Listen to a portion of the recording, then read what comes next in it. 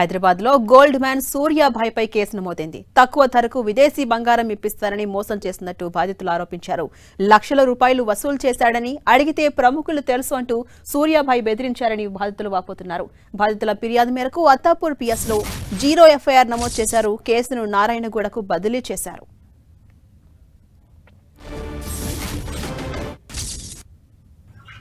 ఇవాళ ఇస్తా, రేపిస్తా, ఎల్లుండి ఇస్తా అనుకుని తిప్పుతుంటే వీళ్ళకి అనుమానం వచ్చిన తర్వాత మొన్న ఈ ఒక మీడియాలో ఈయన పెట్టుకుందంతా ఇండియన్ తేలిన కానుంచి అరే వీడు డూప్లికేట్ ఉన్నాడు, ఈ దగ్గర ఉన్నది బంగారం కానే కాదు, మాకు బంగారం నుంచి ఏ నుంచి తెచ్చిస్తాడన్న ఉద్దేశంతో ఎంటపడడం మొదలు పెడితే అట్లా కూడా ఆయన గుమాయిస్తూ వచ్చి నిన్న ఎవరైతే ఈయనేం చేసిండు మా చారి వాళ్ళ దగ్గర వీళ్ళ దగ్గర డబ్బులు తీసుకొచ్చి ఆయన గట్టేసిండు. వాళ్ళు పీకల మీద కూర్చున్నారు.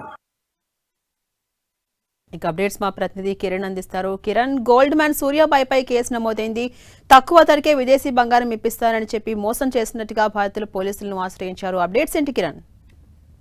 ఝాన్సీరాణి తక్కువ ధరకే బంగారం ఇప్పిస్తానంటూ లక్షల రూపాయలు మోసం చేసిన వ్యవహారంలో గోల్డ్ మ్యాన్ సూర్యాభాయ్ పై కేసు నమోదు చేశారు అత్తాపూర్ పోలీసులు. తనకు సీఎం రేవంత్ రెడ్డితో పాటు హైదరాబాద్ కమిషనర్ కూడా అత్యంత సన్నిహితం అంటూ చెప్పుకునే ప్రయత్నం చేస్తూ కొంతమందికి విదేశీ బంగారాన్ని తక్కువ ధరకు ఇప్పించారంటూ కూడా ఈ సూర్యాభాయ్ మోసం చేశారంటూ బాధితుడు పోలీసులను ఆశ్రయించిన నేపథ్యంలో అత్తాపూర్ పోలీసులు కేసు నమోదు చేసి ఆ తర్వాత నారాయణగూడ పిఎస్ కి ఈ కేసును బదిలీ చేశారు. గతంలో కూడా ఇతడి మీద అనేక ఆరోపణలు వచ్చిన నేపథ్యంలో కావాలని తన మీద పని కట్టుకొని కొంతమంది అసత్య ప్రచారాలు చేశారంటూ కూడా సూర్యాభాయ్ వాటిని ఖండించిన పరిస్థితి. కానీ తాజాగా ఇటు విదేశీ బంగారానికి సంబంధించి కూడా తక్కువ ధరకి ఇప్పిస్తానంటూ బాధితుని మోసం చేసిన నేపథ్యంలో అతడి ఫిర్యాదు మేరకు అత్తాపూర్ పోలీసులు కేసు నమోదు చేసి ఆ తర్వాత నారాయణగూడ పిఎస్ కూడా కేసు నమోదు చేశారు. ప్రస్తుతానికైతే ఇటు సూర్యాభాయ్ని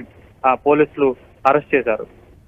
కిరణ్, అటు మొత్తం ఎంతమంది నుంచి నగదును తీసుకున్నట్టుగా బాధితులు చెప్తూ ఉన్నారు?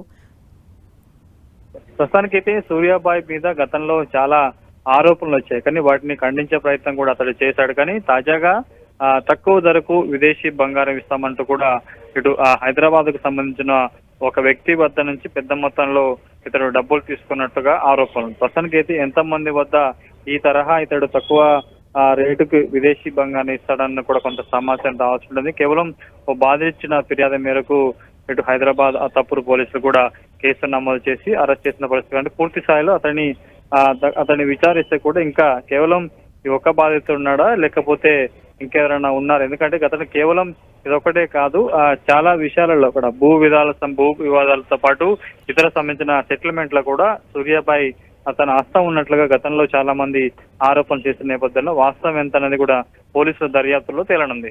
Right, thank you Kiran.